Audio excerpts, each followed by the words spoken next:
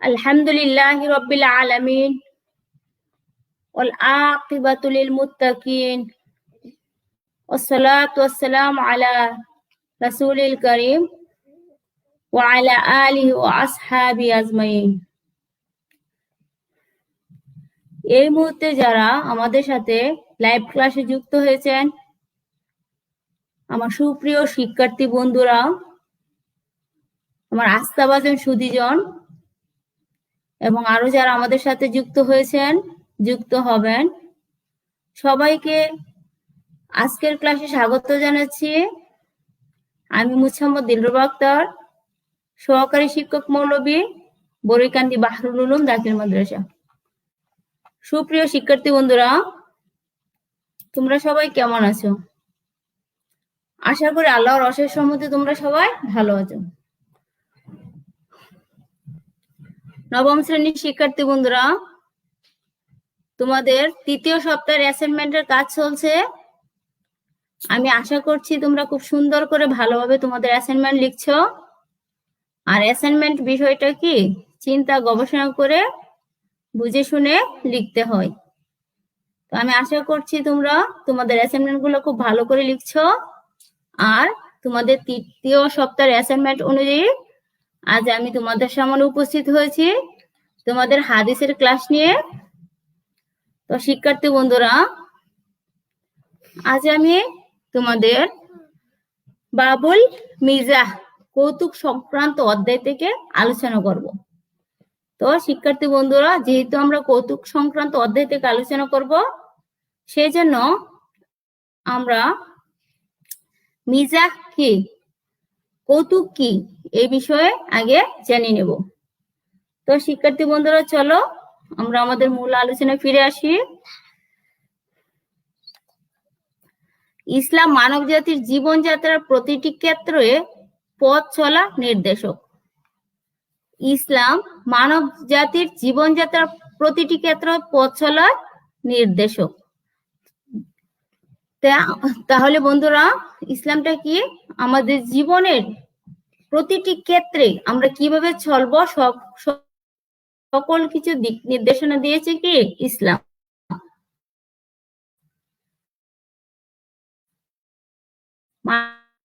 মানুষের জীবন পর্যন্ত সমস্ত দিক নির্দেশনা ইসলামে রয়েছে।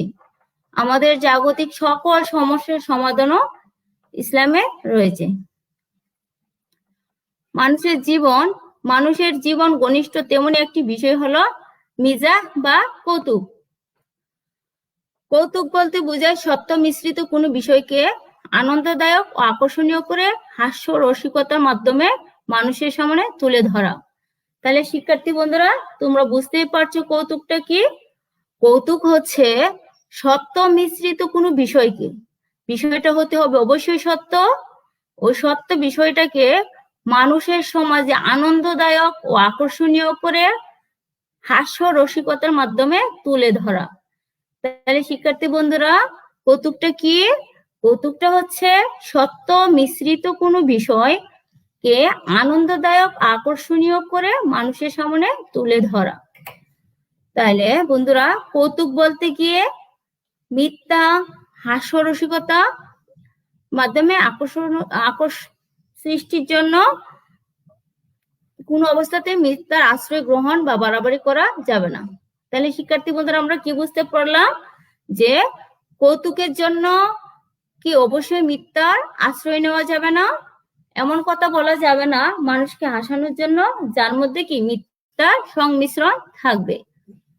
বরং কৌতুক বলার ক্ষেত্রে ইসলামী শরীয়তের নীতি আদর্শ তথা সততা ও সত্যতা বজায় রাখতে হবে।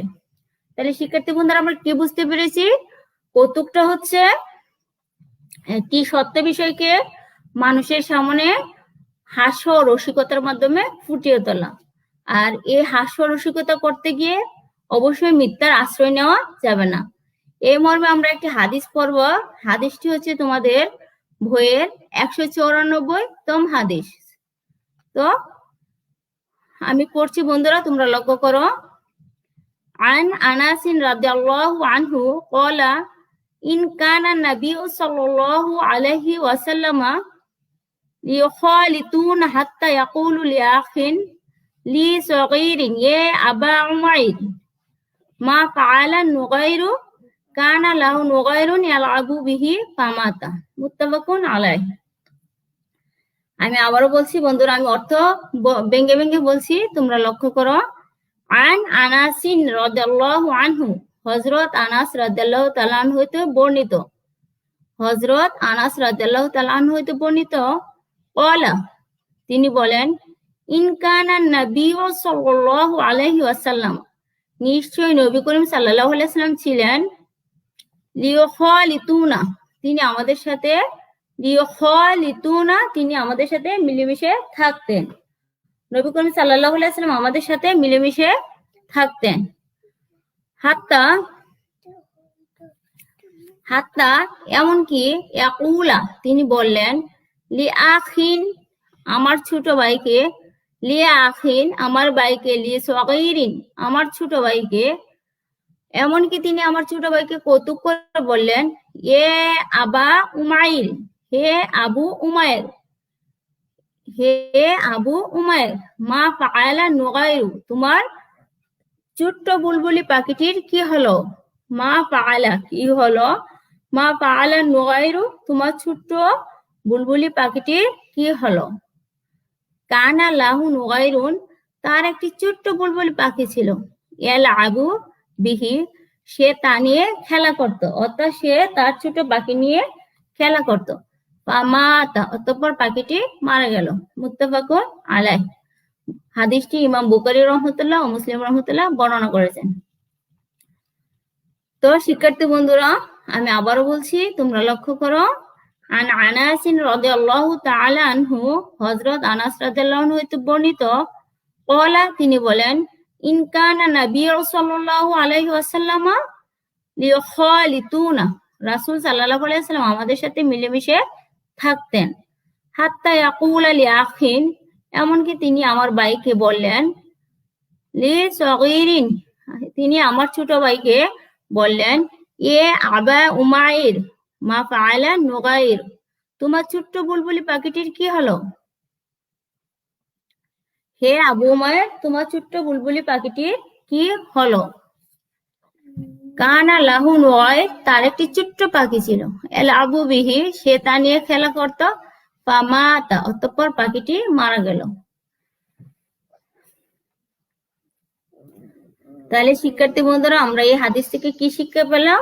যে রাসূল সাল্লাল্লাহু আলাইহি ওয়াসাল্লাম অবশ্যই কৌতুক করতেন। তার কৌতুকটা ছিল কি? সত্য নিয়ে। তার কৌতুকের মধ্যে সততা ছিল, কোনো মিথ্যার আশ্রয় ছিল না। তো শিক্ষার্থী বন্ধুরা, তোমরা এই হাদিস থেকে কি শিক্ষা পেলে? তোমরা অবশ্যই কৌতুক করবে, কিন্তু কৌতুকের বিষয়টি হবে সত্য বিষয় নিয়ে। তোমরা যে বিষয়ের উপর কৌতুক করবে সে বিষয়টা হবে সত্য, এখানে কোনো মিথ্যার আশ্রয় থাকবে না। যদি আশ্রয় থাকে তাহলে অবশ্যই তোমরা গুনাহগার হবে। এখন বন্ধুরা, আমরা যে হাদিসটি পড়লাম ওই হাদিস সংশ্লিষ্ট প্রশ্ন উত্তর নিয়ে আলোচনা করব। মুজাহ বা মিজাহ, মিজাহ শব্দটির মধ্যে মিম অক্ষরে দম্মা বা কাসরা উভয় দিয়ে পড়া যায়। তাহলে এখানে মিজাহ, এর মিম অক্ষরের মধ্যে আমরা কি পেশও দিতে পারি, জেরও দিয়ে পড়তে পারি। দম্মা দ্বারা অর্থাৎ পেশ দ্বারা পড়লে মুজাহ, মুজাহ কৌতুক, অর্থ হয় কৌতুক। আর কাসরা দ্বারা পড়লে মানিল মাজদারি, কৌতুক করা। যদি আমরা মুজাহ পড়ি তাহলে এর অর্থ হবে কৌতুক, আর যদি মিজাহ করি তাহলে এর অর্থ হবে কৌতুক করা। এই মুজাহ শব্দটি বাবে মুফাআলাত থেকে এসেছে, মাদ্দা মিম জা হা। যেহেতু এখানে কি কোনো হরফে ইল্লাত নেই, তাহলে এটা কি হবে? জিনসে সহিহ, অর্থ কৌতুক করা, রসিকতা করা, হাসি ঠাট্টা করা, কৌতুক ইত্যাদি। তাহলে শিক্ষার্থী বন্ধুরা, আমরা মুজাহ শব্দটিকে দুইভাবে পড়তে পারি, মুজাহ অথবা মিজাহ। যদি মুজাহকে মুজাহ করি তাহলে এর অর্থ হবে কৌতুক, আর যদি আমরা মিজাহ করি তাহলে এর অর্থ হবে কৌতুক করা। আর এটা এসেছে বাবু মুফআলাত থেকে, মূল অক্ষর হচ্ছে মিম, জা, হা, জিনসে সহি। এর অনেকগুলো অর্থ হতে পারে, যেমন কৌতুক করা, রসিকতা করা, হাসি ঠাট্টা করা, কৌতুক ইত্যাদি। কৌতুক বলতে বোঝায় কাউকে কষ্ট না দিয়ে কোনো হাস্যকর আলাপ করা। তাহলে কৌতুক বলতে কি বোঝায় বন্ধুরা? কাউকে কষ্ট না দিয়ে হাস্যকর কথা বলা। যদি হাস্যকর বিষয় উপস্থাপনায় ওই ব্যক্তির মনে কষ্টের উদ্বেগ হয়, তবে তাকে মাজাহ বলে না, বরং তাকে উপহাস বলে। তাহলে বন্ধুরা, যদি হাস্যকর বিষয়টি উপস্থাপনায় ওই ব্যক্তির মনে কষ্ট হয়, তাহলে এটা আর মাজাহ বা কৌতুক থাকবে না, বরং এটা হয়ে যাবে উপহাস। তাহলে শিক্ষার্থী বন্ধুরা, আমরা এ থেকে শিক্ষা পেলাম যে আমরা যখন কৌতুক করব তখন লক্ষ্য করব যে এই কৌতুকের দ্বারা কেউ কষ্ট পাচ্ছে কিনা। যদি কষ্ট পায় তাহলে আমরা এই বিষয়ে কৌতুক করব না। আর শরীয়তের পরিভাষা ইনবাসাতা মাআল গায়রি মিন গায়রি ইজা, অর্থাৎ অন্যকে কষ্ট না দিয়ে কারো সাথে হাসি ঠাট্টা করা। তাহলে কৌতুকের পারিভাষিক সংজ্ঞা কি শিক্ষার্থী বন্ধুরা? অন্যকে কষ্ট না দিয়ে কারো সাথে হাসি ঠাট্টা করা।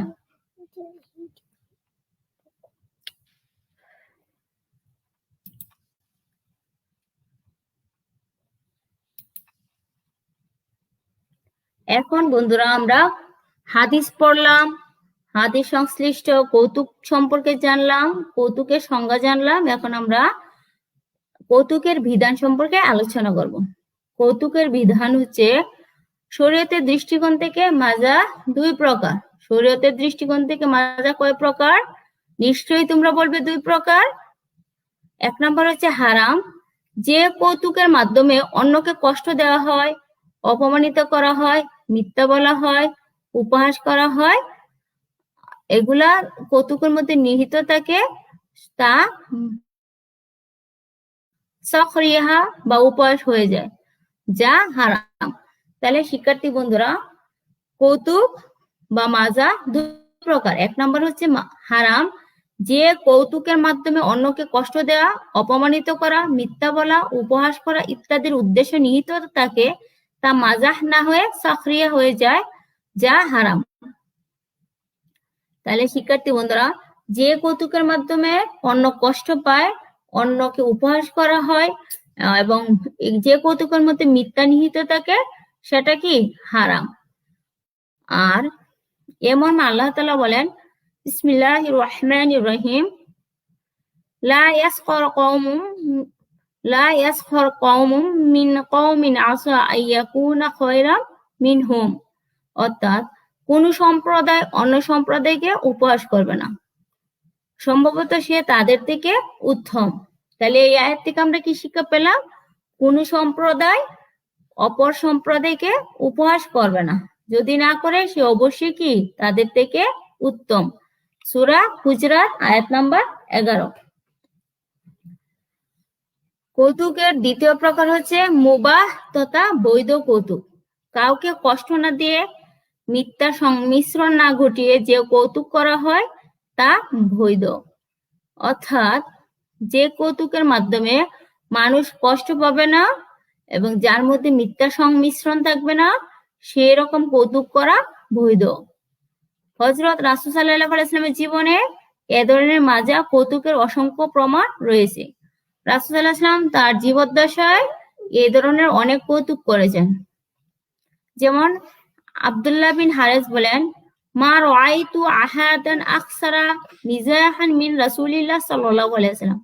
মা রাআইতু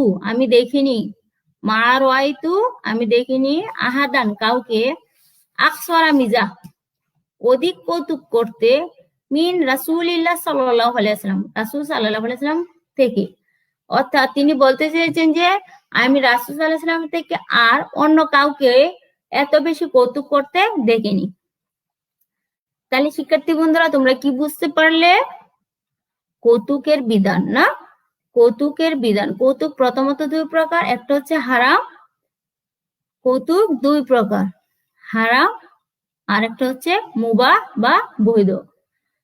তো হারামটা হচ্ছে কি, যে কৌতুকের মধ্যে মিথ্যার সংমিশ্রণ থাকবে, অন্যকে কষ্ট দেওয়া থাকবে, অন্যকে উপহাস করার উদ্দেশ্য থাকবে, ওই ধরনের কৌতুক করা হারাম। আর যে কৌতুকের মাধ্যমে মানুষকে কষ্ট দেওয়া হয় না, তার মধ্যে মিথ্যার সংমিশ্রণ থাকে না, ও সমস্ত কৌতুক করা বৈধ। শিক্ষার্থী বন্ধুরা, আমরা এখন হাদিস সংশ্লিষ্ট একটি প্রশ্ন পড়ব। যেমন আখু লি সগীর এর ব্যাখ্যা। আখু লি সগীর এর ব্যাখ্যা। এই হাদিসাংশের মাধ্যমে হযরত আনাস রাদিয়াল্লাহু আনহু বৈপিত্যের ছোট ভাই কাবসা আবু উমাইরকে বোঝানো হয়েছে। এই যে আখু মানে ভাই, লি আমার, সগীর ছোট, আমার ছোট ভাইয়ের ব্যাখ্যা। এই হাদিসাংশে এই যে আমার ছোট ভাই দ্বারা কাকে বোঝানো হয়েছে আমরা তা জানবো। এই হাদিসাংশের মাধ্যমে হযরত আনাস রাদিয়াল্লাহু আনহুর বৈপিত্যের ছোট ভাই কাবসা অর্থাৎ আবু উমাইরকে বোঝানো হয়েছে। কেননা আবু উমাইর একটি ছোট্ট বুলবুলি পাখি ছিল, সে পাখিটি নিয়ে খেলা করত। একদা পাখিটি মারা গেল, এই জন্য সে মর্মাহত ও দুঃখিত হলো। পাখিটি মারা যাওয়ার কারণে সে মর্মাহত হলো। শিক্ষার্থী বন্ধুরা, যদি তোমাদের কোনো পাখি থাকে অথবা তোমাদের শখের কোনো জিনিস থাকে আর ওই জিনিসটা নষ্ট হয়ে যায়, অবশ্যই তোমাদের মন খারাপ করবে, আর এটাই তো স্বাভাবিক, ঠিক না?